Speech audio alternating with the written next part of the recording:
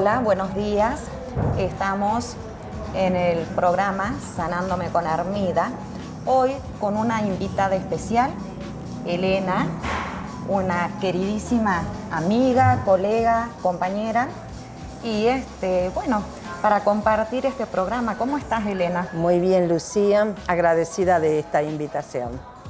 Para hablar sobre un tema tan candente en nuestros días, que es la violencia dentro de las parejas como hablaban anteriormente, de parejas tóxicas, ¿sí? Sí. Y bueno, eso veía... Me gustaría que contaras si tenés alguna historia que podamos compartir. Sí, bueno, yo comenzaría diciendo qué es la violencia, ¿no? O sea, qué es la violencia o qué tipos de violencia se dan en los matrimonios o en las parejas o dentro de las familias. Las parejas pueden vivir situaciones de violencia psicológicas, económicas, emocionales. Y bueno, a mí a lo largo de mi vida me ha tocado de cerca ver, ya sea como docente, como ciudadana, las violencias físicas, las violencias psicológicas, económicas, que a veces justamente la víctima, la pareja, que estadísticamente dice que la violencia se da en 90% de varones sobre mujeres, ¿sí? Sí, estadísticamente. Sí.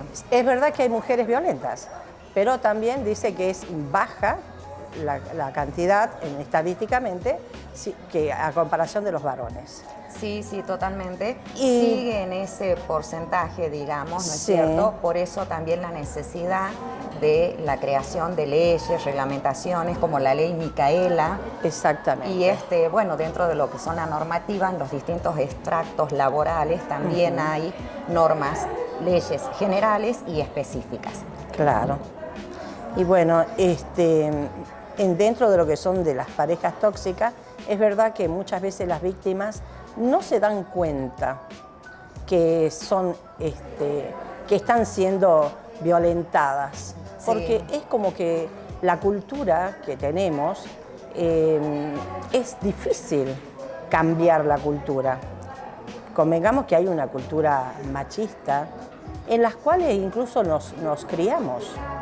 Claro, y entraría dentro de ese paradigma, ¿no? A donde la mujer está para servir al hombre, está para atenderlo, está, digamos, entre comillas, para complacerlo. O sea, tal vez esa creencia muy desde el interior, que viene por una educación recibida desde las madres, las abuelas. Claro. Sí. Eso que nos viene difícil. es muy difícil cambiar esto.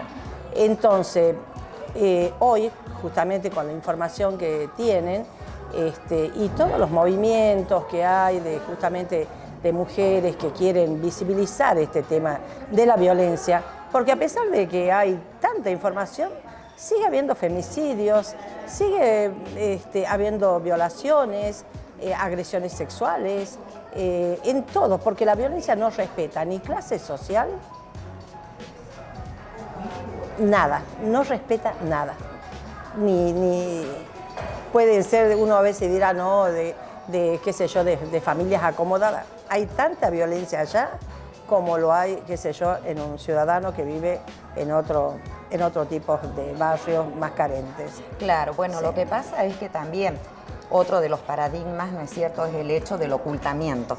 Porque no, ¿cómo a mí me va a pasar esto? Entonces se lo oculta en determinado extracto social, ¿no es cierto? Sí. Y las redes sociales, para la gente que de pronto no tiene recursos económicos, el tema de las redes sociales para ellos es un gran soporte, digamos, porque ahí encuentran ellos el espacio, por lo menos, o de ser escuchados o de ser visibilizados. Claro. A donde no existe la vergüenza, porque ante la situación que ellos están pasando, que los desborda, necesitan de alguna forma un grito de ayuda. En las familias más acomodadas, como que van a hacer terapia, van al psicólogo, consultan con un abogado, o sea, se mueven de otra manera. Es distinto el accionar, digamos, pero la violencia está. instalada, totalmente. ¿Conoces algún caso, pongamos nombres, fantasías? Porque me gustaría que quede bien gráfico, por ejemplo, cómo se va dando, cómo evoluciona y el desenlace de una relación de pareja a donde se ve el tema de la violencia. Bueno, como casos tengo varios y desde distintos aspectos de la violencia, ¿no? Distintos tipos de violencia. Violencias psicológicas, que he visto mucho en docentes, por ejemplo, donde hay no se da cuenta, a pesar, vos dices, una docente que tiene cierto estudio, no se dan cuenta que son víctimas, no se dan cuenta. Hay una relación allí donde van cambiando incluso ella. Es verdad que se van aislando. Esa dominación, ¿no?, que comienza con esta persona que de alguna manera manipula tanto que la va aislando de la familia, los hermanos, padres, y con esa idea de que la familia somos nosotros nada más. Entonces se aleja de amistades, se aleja de todo. No concurre a ninguna fiesta ni a ninguna reunión familiar, siempre con excusa, que no puede, y bueno, y así de esa manera esta persona, esta víctima, es una persona que no se da cuenta, quizás no percibe que está siendo violentada. También he visto violencias físicas, ¿sí?, donde la mujer incluso después de una golpiza, de una paliza, bueno, vive en ese círculo vicioso, ¿sí?, que uno dice, bueno, ya espero que con esto que ha pasado, uno espera que reaccione, que diga, bueno, ya hasta acá nomás, porque ya se terminará ahí la relación. Sin embargo, no, sigue, porque por supuesto en ese círculo va a venir ya el círculo donde él le va a pedir perdón, le va a hacer regalo, le va a traer flores, va a hacer todo ese tiempo de dulzura total, y para luego volver a la golpiza y todo eso. Y bueno, y es un círculo donde la víctima cree que con todos los regalos que le presenta y el buen trato que le da por un tiempo determinado, piensa que va a cambiar. Claro. Y no va a cambiar. Suceden dos cosas en la víctima. En primer lugar, la creencia, porque ella le cree. Ella cree que la otra persona realmente está arrepentido, porque hasta llegan a llorar, se arrodillan, o sea, es impresionante la infinidad de actitudes y situaciones que la otra persona va a demostrar como arrepentimiento, digamos. Sí. Es como un tiro y afloje, ¿no? Sí. Entonces, en esa dinámica circular, a donde de pronto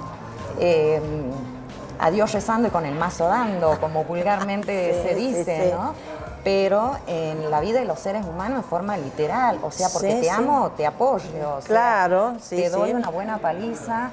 Incluso la víctima hasta llega a pensar, me lo merezco. Me lo merezco, exactamente. Es increíble. Piensa que ella es la culpable, que algo habrá hecho mal, por eso él tiene que actuar de esa manera.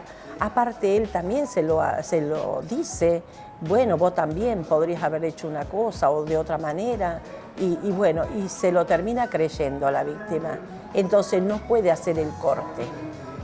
Pueden pasar años, pero hablo de años, de qué sé yo, 30 años, y de pronto vos decís, ¿qué ha pasado? ¿Se ha separado? Mira vos, después de 30 años, después de todo lo que se bancó. Claro, pero es porque ahí tocó fondo y se dio cuenta, quizás ya por los hijos que también reclaman. Los hijos de hoy reclaman eso, ¿sí? Los hijos que están viviendo con los padres, con este tipo de relaciones de violencias intrafamiliares, se dan cuenta que no puede seguir la mamá así, o enfrentan al padre. Pero lo más lamentable que también he visto a lo largo de mi vida, que esos hijos que han visto la violencia, que han vivido la violencia dentro de la casa, que le han reclamado después a los padres por qué han hecho esto, porque resulta que después ellos hacen nuevas parejas y hacen pareja y repiten el patrón. Eso. Y uno dice, ¿cómo? ¿Le ha dolido tanto la infancia vivida en esa violencia y él vuelve a repetir el patrón? Claro. Y la mujer que pasa, la hija mujer, repite el patrón de la madre. De víctima. De víctima, claro. De sumisa, de que, bueno, me pegó, bueno, a mi mamá también le pegaban y bueno, está todo bien. Ojalá que nosotros podamos llegar de alguna manera a la gente que nos está viendo, que nos está escuchando, para que se den cuenta de que no es normal, no hay que normalizar la violencia, ¿sí? Sí. Porque si no seguiremos viviendo o teniendo este tipo de... que a mí lo que me aflige es los hijos, las nuevas generaciones que salen de este tipo de familia. Sí, sí, es muy lamentable. Como vos dijiste, nosotros lo vemos mucho en el ámbito de la docencia, de la escuela, porque no es que el violento se hizo de esa manera en un adulto. No. Es todo el proceso de crecimiento. Y ahí es donde, como vos dijiste, pero ¿qué es lo que pasa? Que si el hijo reclamaba a la madre, incluso tal vez hasta diciéndole, pero mamá, ¿cómo permitís que el papá? O sea, ahí diciéndole, no te autovalorás, ¿qué pasa con tu autoestima? Porque hoy día la juventud, los chicos, ¿no es cierto?, están muy al alcance de toda esa información. Claro. Pero ese chico que en su momento como hijo la aconsejó a la madre, repite el patrón. Entonces, ahí es cuando se demuestra que hay un trauma. Sí. ¿Y qué se hace con ese trauma? Eso. Entonces, y eso se visibiliza en las escuelas. Sí. En nuestras aulas hemos visto infinidades de casos. Sí, comportamiento de niños que uno dice, ¿por qué se comporta así? ¿Qué es lo que pasa?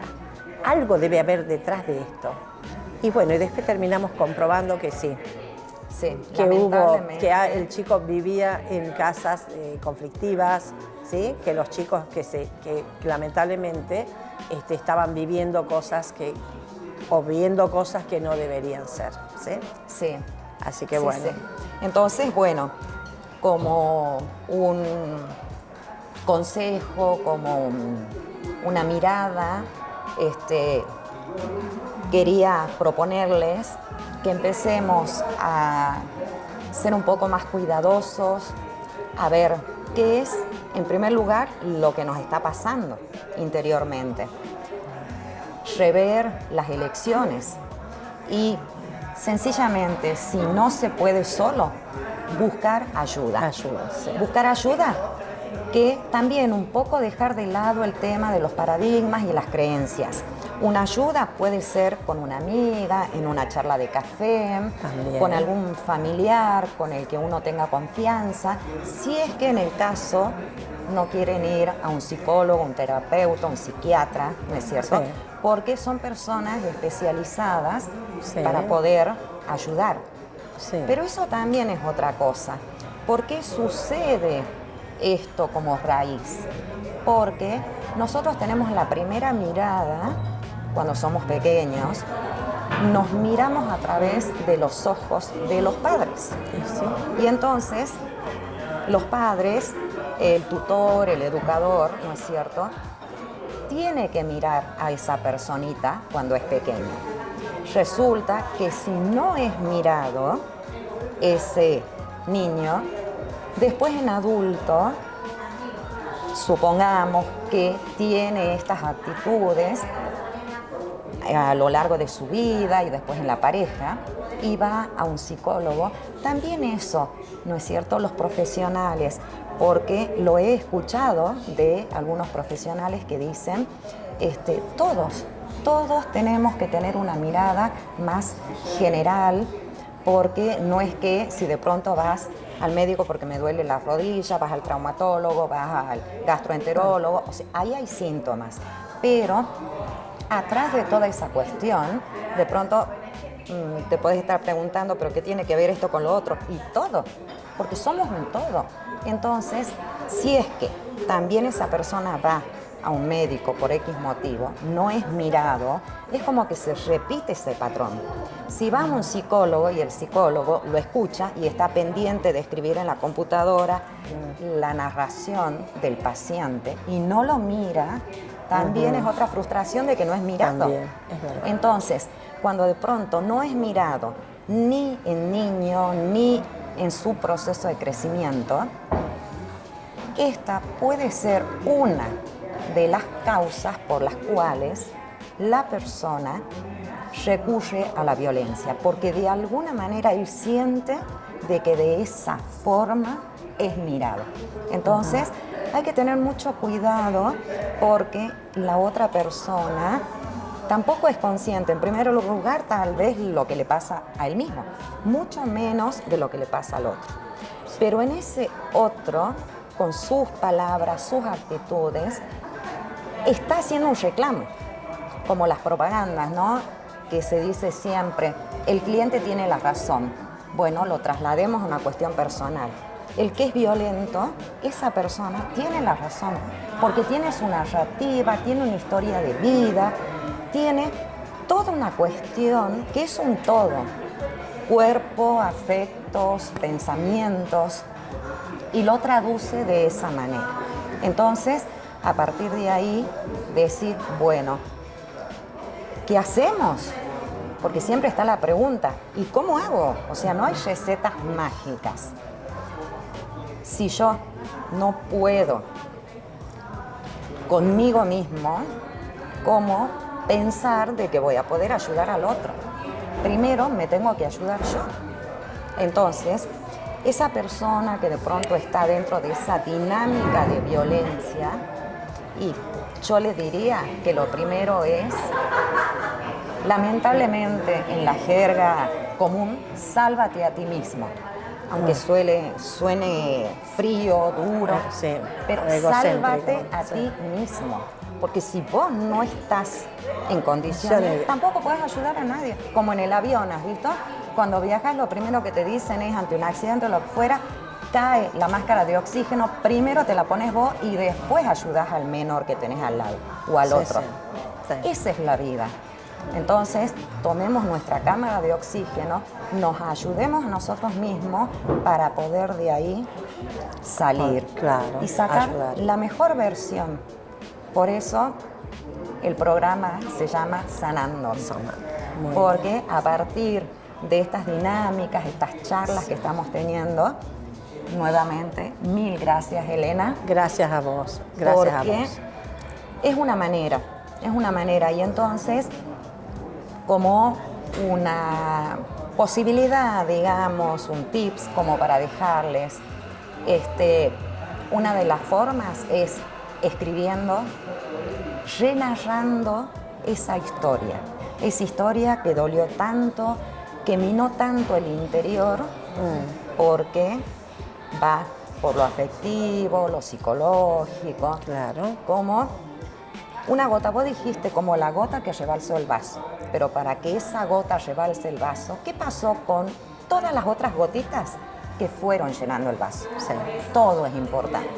Entonces, esa reflexión, esa mirada introspectiva para poder seguir adelante. Sí. ¿Qué opinas? Y bueno, que ojalá que esta charla sea fructífera, que ayude a muchas mujeres en general y jóvenes, si es que están también escuchando, jóvenes, tanto las chicas como los varones, que son los que van a formar después parejas, ¿sí?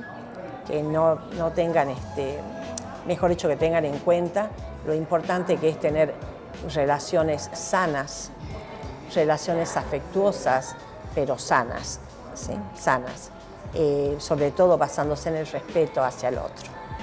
Relaciones empáticas, que eso también es muy importante dentro de la pareja. Eso sería. Bueno, muchas gracias, Elena. Gracias a vos, Lucía. Gracias, y seguimos con el programa.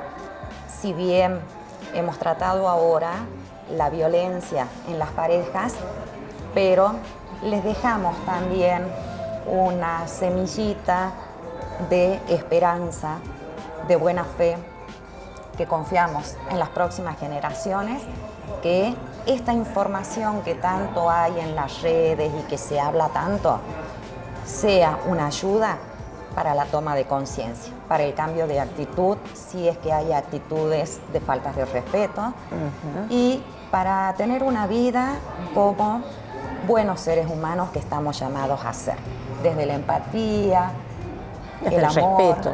el respeto. Sí, sí, ¿Sí? sí. Así que bueno. Un gusto, realmente. Gracias, Elena. Bueno. Hasta la próxima. Hasta otro momento.